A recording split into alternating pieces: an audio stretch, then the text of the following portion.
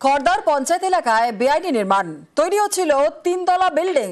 বিধায়কের নির্দেশে বেআইনি নির্মাণ বন্ধ করল পুলিশ। কাজ বন্ধের নোটিশ দিল পঞ্চায়েত। সম্প্রতি বেআইনি নির্মাণ বন্ধের নির্দেশ দিয়েছিল পঞ্চায়েত সমিতি।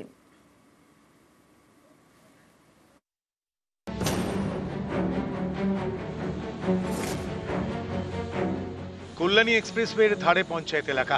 অভিযোগ, নিয়ম ভেঙে এখানেই তৈরি হচ্ছিল 3 তলা বিল্ডিং। এই বেআইনি নির্মাণের কাজ বন্ধ করে দিল পুলিশ। উত্তর 24 পরগনার খড়দায় বন্দিপুর গ্রাম পঞ্চায়েত এলাকা। এখান দিয়ে গিয়েছে কল্যাণী এক্সপ্রেসওয়ে। এমন একটি জায়গায় 3 তলা বিল্ডিং। অভিযোগ, নিয়ম ভেঙে কমার্শিয়াল বিল্ডিং এর প্ল্যানে সই করেন পঞ্চায়েত প্রধান। সম্প্রতি সেই খবর দেখায় নিউজ 18 বাংলা। তারপরই পদক্ষেপ। বেআইনি নির্মাণ বন্ধের নির্দেশ দেয় বারাকপুর 2 নম্বর পঞ্চায়েত সমিতি।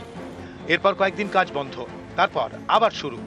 অভিযোগ পেয়ে রহড়া থানায় ফোন করেন স্থানীয় তৃণমূল বিধায়ক শোভনদেব চট্টোপাধ্যায়। পদক্ষেপের নির্দেশ দেন। এরপর বন্দিপুরে যায় পুলিশ, নির্মাণ কাজ বন্ধ করে দেয়। মালিক পক্ষকে নোটিশ ধরায় পঞ্চায়েত কর্তৃপক্ষ। প্রশাসন এসে কাজ বন্ধ করেছে, পঞ্চায়েত থেকে একটা নোটিশ করা হয়েছে, কেন এটা বারবার? হ্যাঁ, এর পেছনে আমাদের অনেকের কাজ আছে। আমি করেছি, বন্দিপুরের উপপ্রধান করেছে, আমরা সকলে মিলে সে কাজটা বন্ধ করিয়েছি। পুলিশ পাঠিয়ে মালপত্র তুলে নিয়ে গেছি।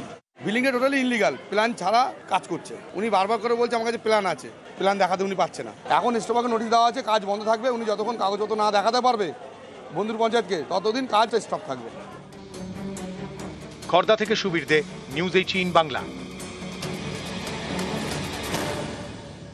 জলাশয়ের পাশে নিকাশি নালা, ভেরি তৈরি করতে সেই নিকাশি নালাই দখল। হিঙ্গলগঞ্জে এমনই চাঞ্চল্যকর অভিযোগ। নিকাশি নালা বন্ধ হয়ে যাওয়ায় এলাকায় জমা জলে দুর্ভোগ।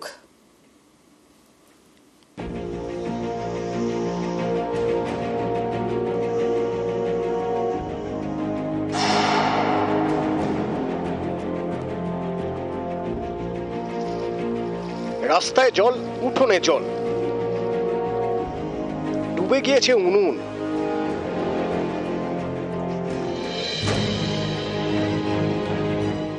উত্তর 24 পরগনার হিঙ্গলগঞ্জ, এখানকার মামুদপুরে জমা জলে ভোগান্তি চরমে।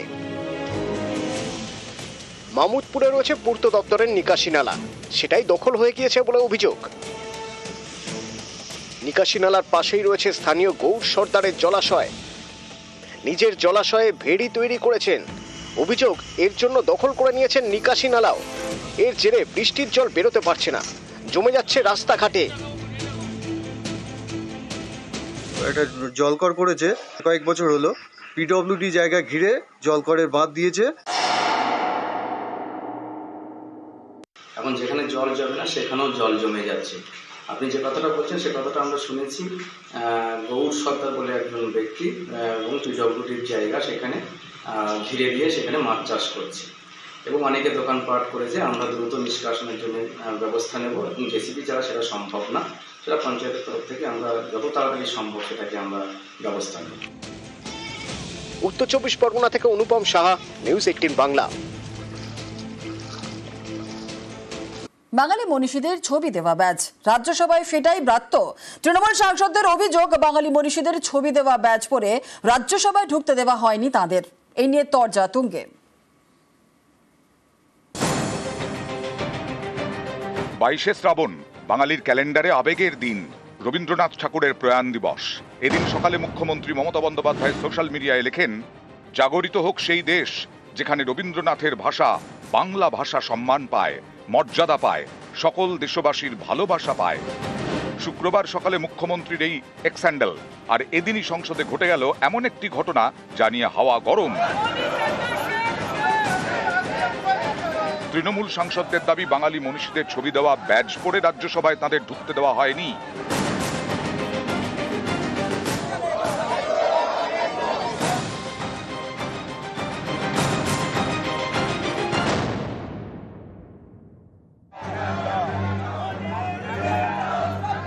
তৃণমূল সাংসদরা ঠিক করেছিলেন বাঙালি হেনস্থার প্রতিবাদ জানাতে শুক্রবার বাঙালি মনীষীদের ছবি দেওয়া ব্যাজ বুকে লাগিয়ে সংসদে যাবেন। এই ব্যাজ পরেই এদিন সংসদে যান তৃণমূলের লোকসভা এবং রাজ্যসভার সাংসদরা। তৃণমূলের দাবি, মনীষীদের ছবি দেওয়া ব্যাজ পরে রাজ্যসভায় ঢুকতে গেলে প্রশ্নের মুখে পড়তে হয় তাদের। চেয়ারে তখন ছিলেন বিজেপি সাংসদ ঘনশ্যাম তিওয়ারি। তিনি বলেন, এই সব ব্যাজ প্ল্যাকার্ড নিয়ে রাজ্যসভায় ঢোকা যাবে না। তৃণমূলের দাবি, বাঙালি মনীষীদের ছবিতে কিসের আপত্তি? এই প্রশ্ন করা হলেও চেয়ারম্যান কোনো জবাব দেননি।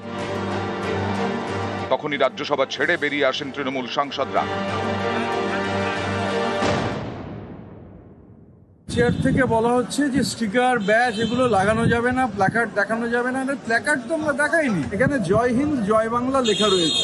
দেশনায়ক সুভাষচন্দ্র বসু, রবি ঠাকুরের ছবি আছে, দেশের জাতীয় সঙ্গীত যার লেখা, রবীন্দ্রনাথের ছবি বুকে থাকলে ওদের আপত্তি।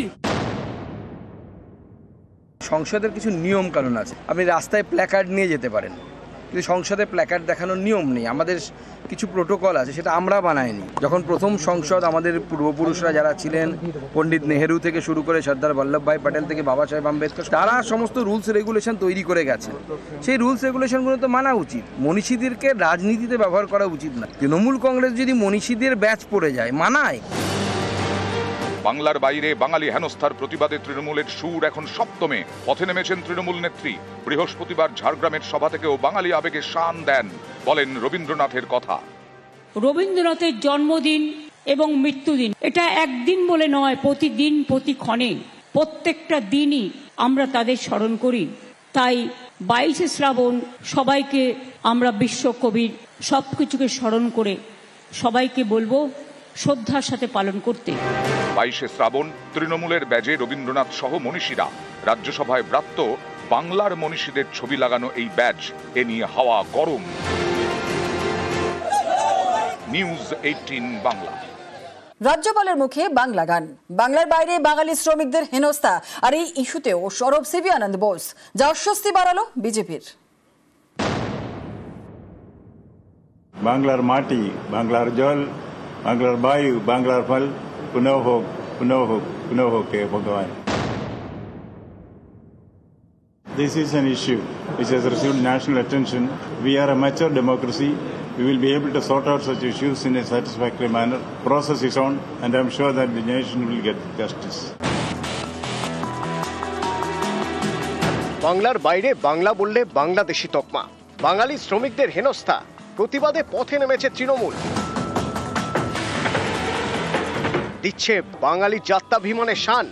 এই পরিস্থিতিতে এবার সরব হলেন রাজ্যপাল। This is an issue which has received national attention.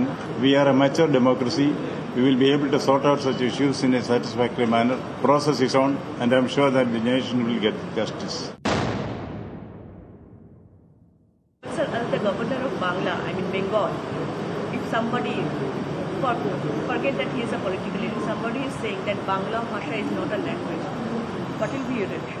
They are saying as governor of West Bengal, my reply to that will be Banglar Mati, Banglar Jal, Banglar Bayu, Banglar Fal, Punoh Hok, Punoh Hok, Punoh Hok Ke Bhagwan. That's my approach to that. অনেকের মতে বাংলার বাইরে বাঙালি হেনস্থার ইস্যুতে রাজ্যপাল যেভাবে সন্তোষজনক সমাধানের পক্ষে সওয়াল করলেন, তাতে তৃণমূলের অভিযোগই মান্যতা পেল। একই সঙ্গে বিড়ম্বনা বাড়ালো বিজেপি। বরাবরই রাজভবনকে ভরসার জায়গা বলে মনে করে বিজেপি। রাজ্যের শাসক দলের বিরুদ্ধে যে কোনো নালিশ, যে কোনো অভিযোগ তারা রাজ্যপালের কাছে গিয়েই জানান। বাংলার মাটি, বাংলার জল, সেই রাজ্যপালের মুখেই বাংলার গান। বাঙালি হেনস্থা ইস্যুতে সওয়াল। রাজ্যপাল যেটা বলছেন সেটা তো আমাদের রাজ্য সঙ্গীত, রবীন্দ্রনাথ ঠাকুরেরই লেখা। তো রাজ্যপাল মহোদয় তিনি তো একটা সময় বাংলা শিখতেও শুরু করেছিলেন। সম্মান দেওয়ার কথা বলেছেন বাংলাকে। রাজ্যপাল বাংলা ভাষাকে অসম্মান করেননি, কিন্তু রাজ্যপালের উচিত এবার বাংলা ভাষাকে এই অমিত মালব্য পার্টি যেভাবে অসম্মান করছে সেটা অফিসিয়ালি কন্ট্রাডিক্ট করা। রাজ্যপাল কি বলছেন আমার জানা নেই। আমি যতদূর জানি রাজ্যপাল শরীর খারাপ হয়েছিল, মাঝখানে চিকিৎসাধীন ছিলেন, শুনেছিলাম। ওনার হাঁটতেও দেখেছিলাম একদিন, মাঝে দেখা হয়েছিল, কষ্ট হচ্ছে ওনার। আমি স্বাস্থ্য কামনা করি, ভালো সুস্বাস্থ্য। সিভি আনন্দ বোস রাজ্যপাল হয়ে আসার পরই বাংলা শেখার উদ্যোগ নেন। সরস্বতী পুজোর দিন ঘটা করে তার বাংলায় হাতে খড়ি হয়। আমি বাংলা শিখব। বাংলা সুন্দর ভাষা, আমি বাংলাকে ভালোবাসি। আমি বাংলার মানুষকে ভালোবাসি। এবার রাজ্যপালের মুখে বাংলার গান এবং বাঙালি হেনস্থা ইস্যুতে সওয়াল। পুনঃ হোক, পুনঃ হোক, পুনঃ হোক ভগবান। নিউজ 18 বাংলা।